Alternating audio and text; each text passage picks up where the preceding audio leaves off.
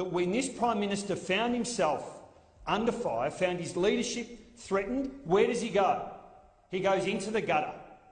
Out of his bag of tricks, what does he pull out? Let's start banging the terrorism drum. Let's start talking about those Muslims out there and their hate speech.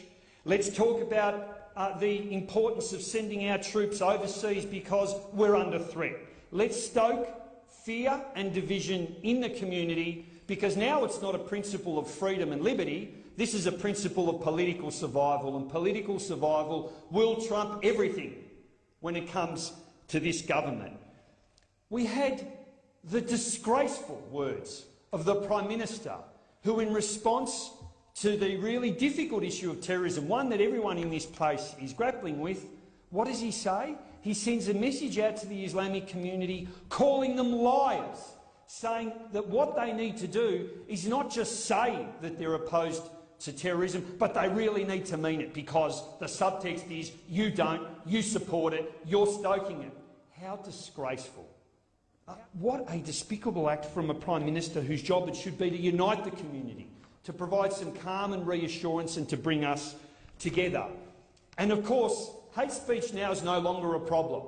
Ensuring that people have got the ability to express how they feel is no longer a core principle. What's more important is that we crack down on those people that we think are promoting this sort of activity. You know why? Because it's okay to be a bigot, but not if you're a Muslim.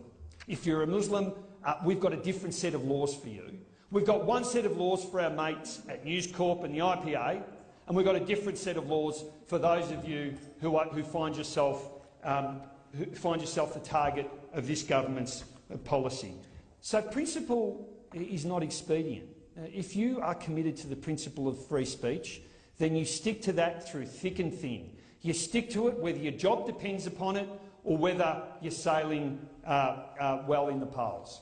And this government's failed that test. It has demonstrated that when it comes to its own political survival, it will say or do anything, even if that means going against the very core beliefs that it argued in this place only a short time ago. You either believe in freedom or you don't, and this government has shown that when the circumstances change, it too will change on those core beliefs. Freedom and liberty are only something to be supported when the circumstances demand it.